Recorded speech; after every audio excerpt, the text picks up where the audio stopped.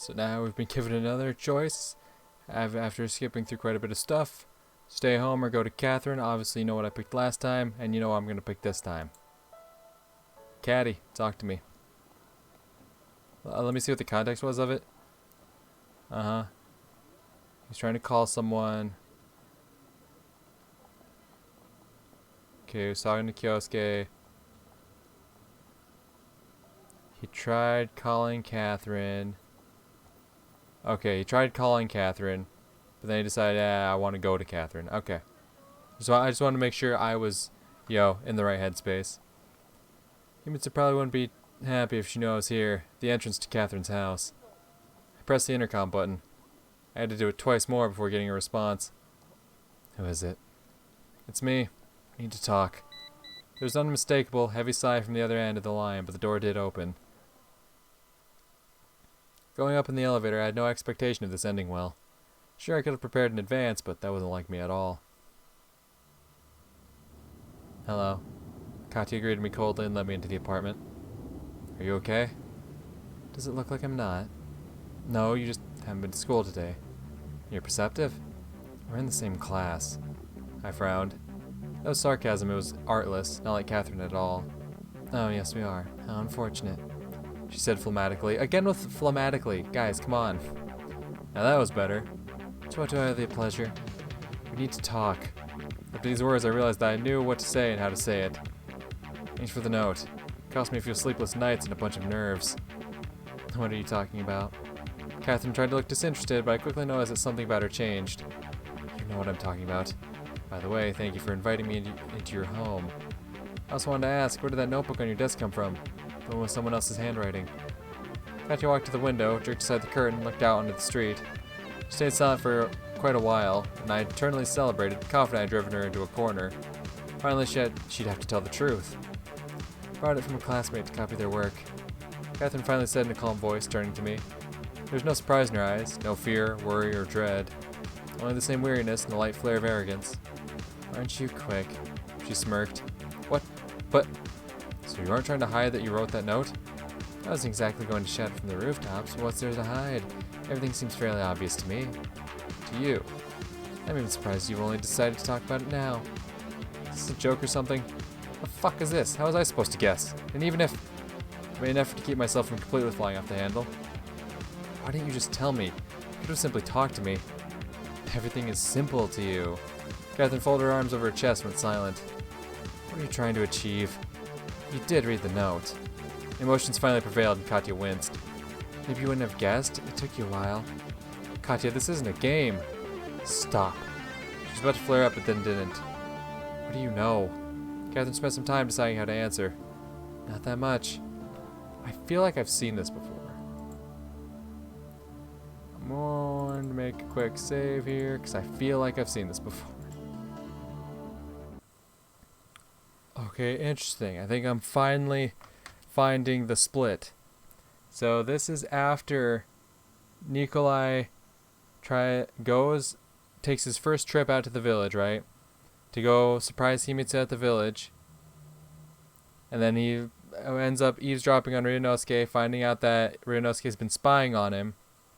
And then last time he just comes home, everything's all bueno, and ends up talking to Himitsu about it. But now something else is happening.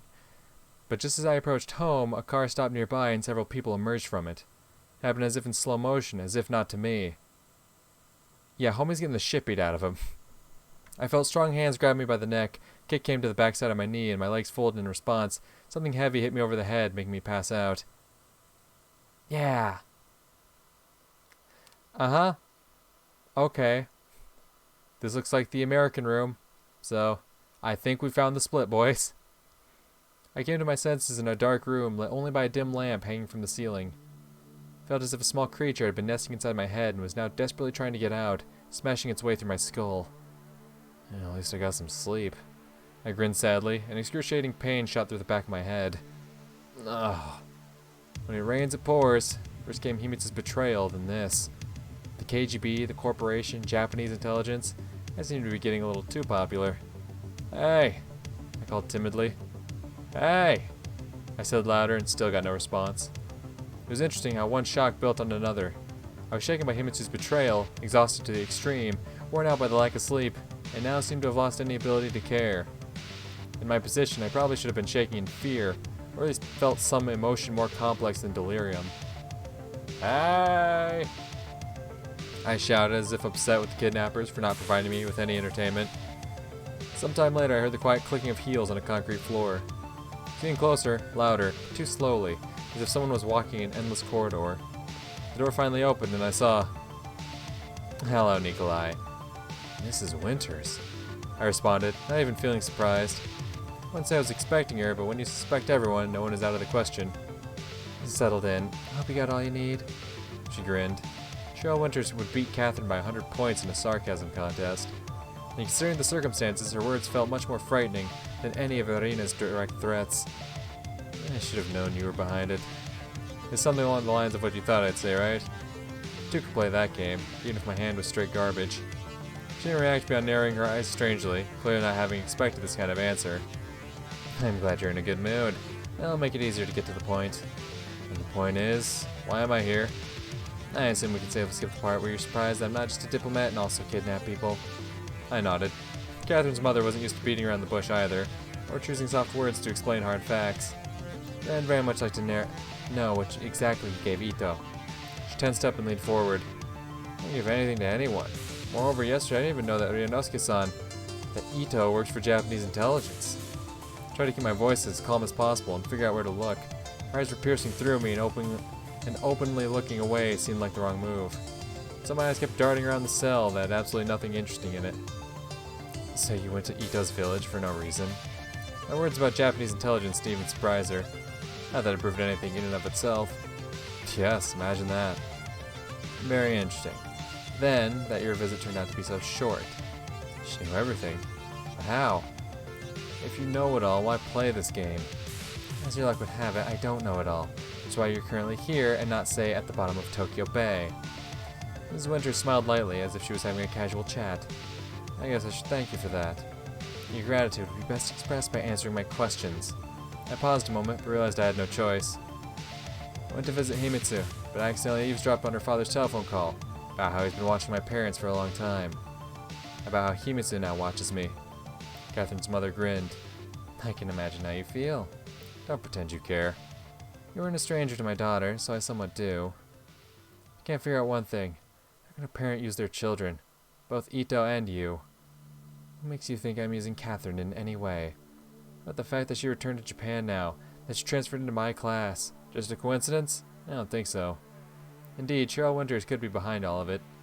For some reason, you all think I have some kind of information on Dad's work. Who's you all? She immediately took interest, squinting her eyes and tilting her head to the side. I should have been more careful with my words. Though that's probably what she was aiming at. Not that I would spill the beans about the KGB specifically, but a mistake. I wouldn't be surprised if you think that I helped him work on whatever he was working on. And what was he working on? Mrs. Winters grew even more wary. A Stanford tourist, damn it, how would I know? You make a very good point about coincidences. If you really don't know anything, it's very strange to have events happening around you that are completely impossible to imagine outside the context of a bigger picture. That's beyond a simple high school student. So we, the KGB, the Japanese, have all made a mistake. Apparently she wasn't going to hide that she knew about my contact with the Soviets. So who is we? The US? The Kobayashi Corporation? People who can help you, Nikolai, if you meet us halfway. She sounded smooth, and in some sense even more logical than Arina. Also, a prison cell makes it hard to think of much else but escape when you see a way out. I've already told you I know nothing about Dad's work. I don't have and never have had any of his documents. Even if I did, I would have given them away just to be left alone. Who would you give them to? You, I responded hesitantly. And what if someone offered a more attractive price? More attractive price than my life? Nikolai, don't be dramatic. She suddenly laughed. We're simply having a conversation, discussing a potential mutually beneficial collaboration. Naturally, I understand that there are others who are interested in you. Like who? Like your Japanese friends? You mean Kyosuke? Made an awkward quip. But then she was talking about Kobayashi Corporation. She probably knew full well what was in those non-existent documents. It's a bad idea to forget your friends in need, especially girlfriends. Girlfriends? Now that was new. I don't know what you're talking about. Sheryl Winters didn't respond, only stared at me like an art critic studying the work of some avant-garde artist. How could I not believe such a sincere young man? Her lips stretched into a fake smile, and she knocked on the door. Is that it? What else would there be? Except, I guess. She froze in the doorway, turned around, and gave me a chilling glare, without a trace of her former sarcasm, theatrical sympathy, and feigned kindness. We'll pick up where we left off today, if you give us a reason. Okay. A sack was put over my head, and I was led through dark corridors, stuffed into a car, and thrown out next to my house. It was the dead of night.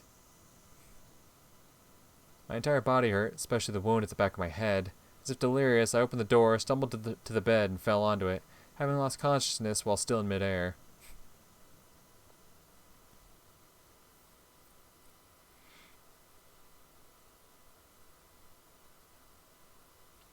Alright. Yeah, see, the image in the bottom right finally changed. So now I feel like we're finally locked into Catherine here. Let's go. Are dreams necessary to recover your strength and enjoy a proper night's rest? Sometimes after a drinking spree, you see twisted, distorted nightmares and wake up feeling exhausted. And sometimes, after a hard day's work, you just fall asleep and vanish from the world of the living until morning. This time I saw no dreams.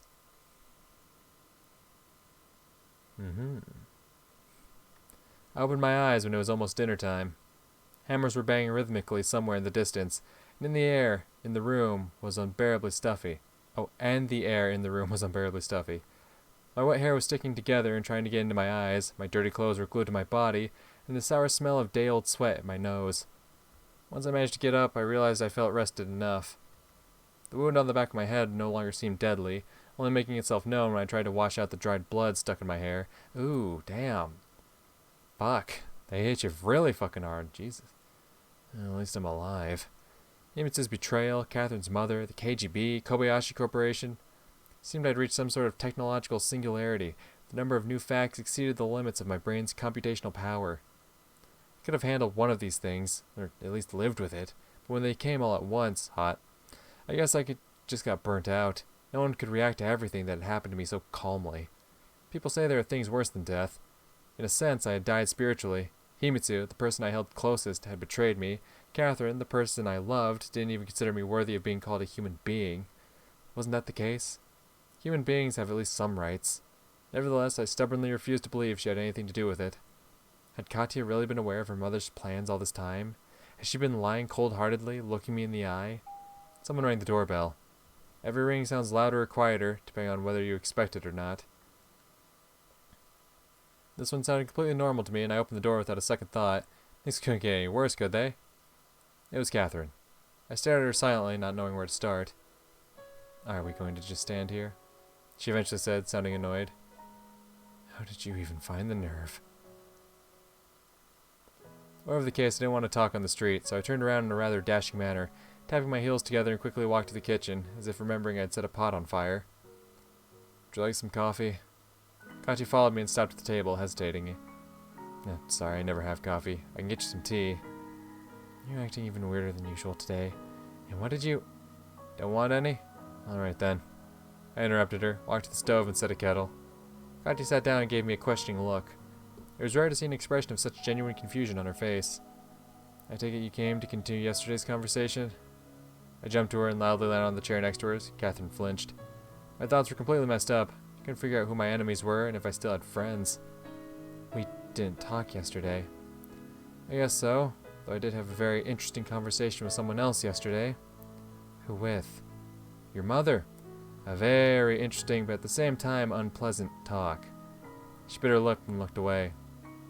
Nothing to say. I don't know why she came. Came? I laughed and gave her a short summary of yesterday's events, leaving out the KGB, Himitsu, and other information not directly related to the Winters family. Nick, I didn't know that she... I'm sorry.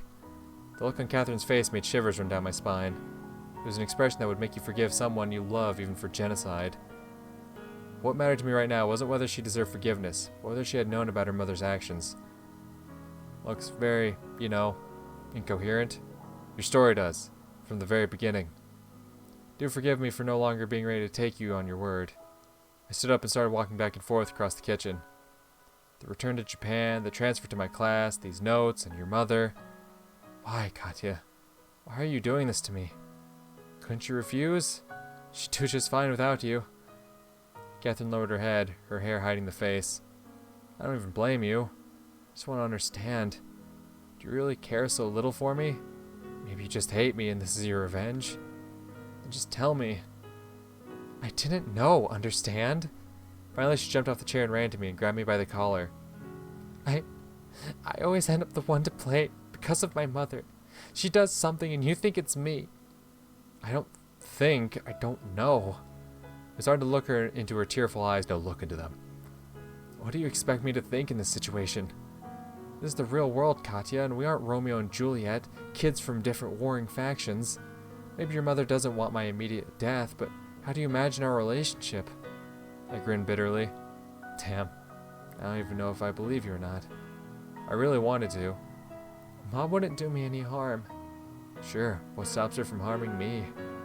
Catherine let go of me and turned away. I realize what it looks like. I understand what you're thinking and feeling. That's not why I came here.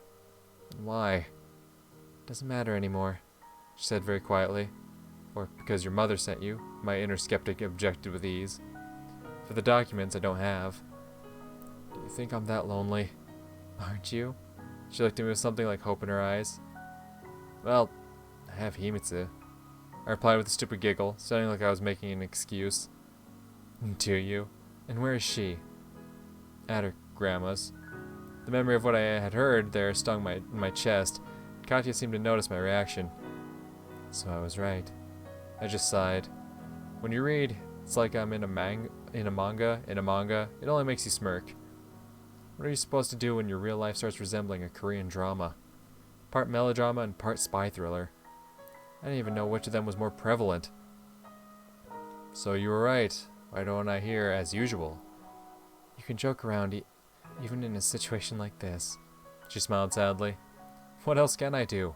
Don't even really know what your mother wanted. Maybe you'll enlighten me? I've already told you, I don't know. The situation really was absurd. If I could simply seek solace with Himitsu, I would almost definitely not be having a talk with the daughter of my enemy. Yeah, no, of course not. But I couldn't, and that changed everything drastically. It was hard to be alone, and Catherine, even though I couldn't be sure about her true motives. Catherine. Yes, that's the thing. Catherine, I feel so bad, because I've shit on Catherine so much, but it seems like she's just the most misunderstood character out of them all. She's constantly getting the blame pinned on her for other people's fuck-ups. That's why I immediately went for Catherine after finishing Himitsu. Like, she deserves it, alright? Clearly, she's got her own story to tell, and I want to hear it, alright? I want to hear the Catherine story. I need to hear it. I had no one closer than her right now. Most importantly, I desperately desired said closeness, even in such a distorted and perverted form. I assume you have no plans for the evening? She suddenly smiled and looked me in the eye. Except for sitting around, waiting for the CIA, maybe. It'll all be in my report. I guess not, then. Let's go, then. Is this a date? I don't even know. Catherine replied mysteriously. What was I expecting, really? That I would kick her out or berate her for her mother's actions? It didn't even matter what I'd been thinking a couple days ago. Those thoughts were caused by pain and resentment. And I should have known that everything would change as soon as I saw her again. I should have probably been angry at myself for my impotence and lack of will, but I was just happy that we were together again here and now. Catherine was walking by my side, but not too closely. What would I have been doing had Himitsu been home? I looked at Catherine. She was watching the huge TV screens displaying the strained performance of a popular singer. No, I was ignoring the situation with Himitsu. I just didn't want her to stand in our way now, when we were finally together.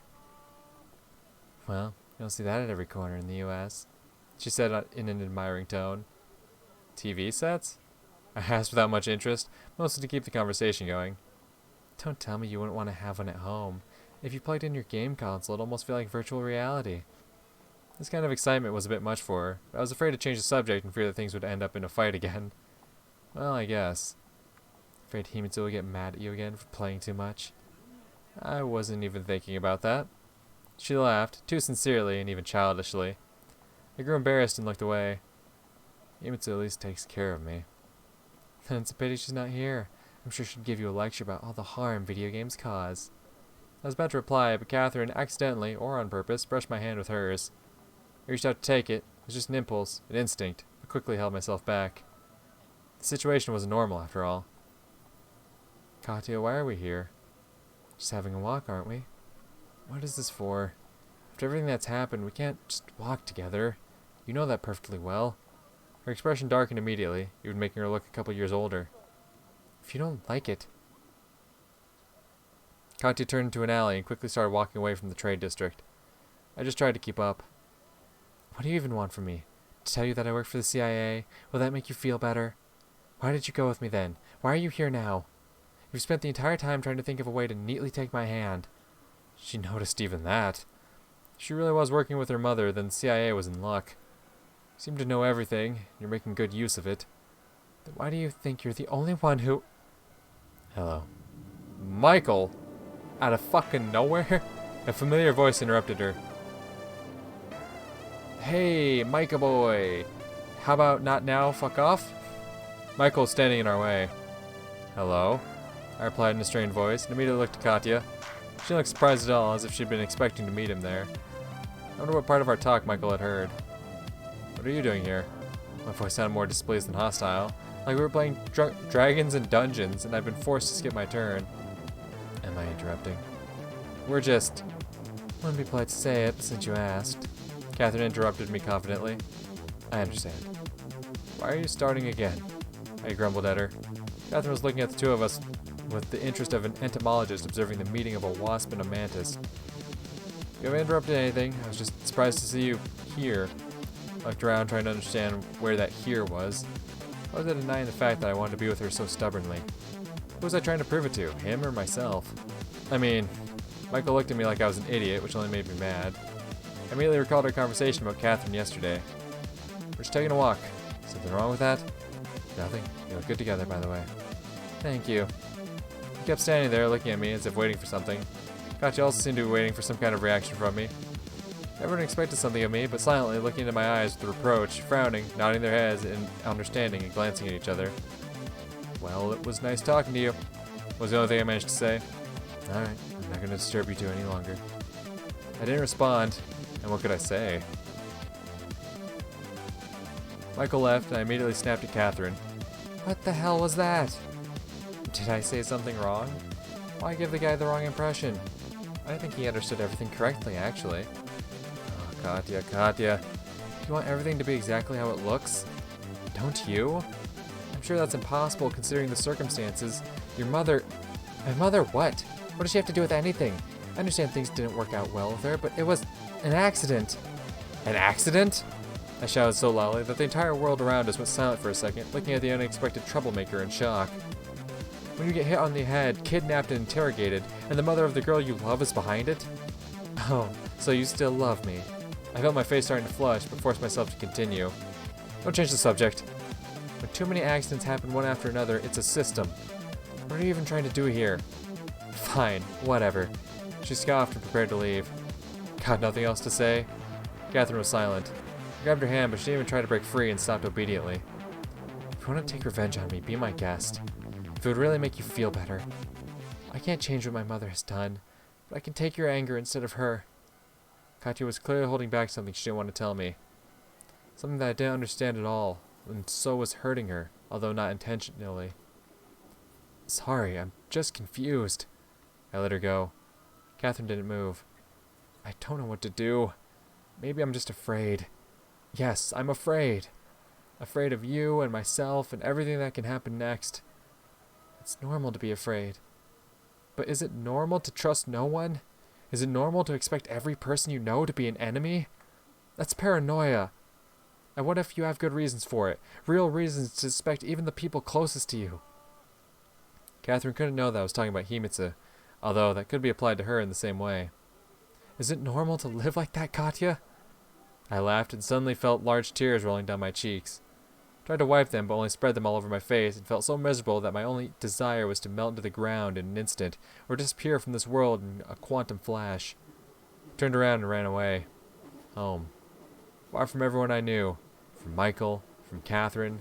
Crawl under a blanket and die of starvation. To hide away from fear, pain, friends, and enemies, and myself.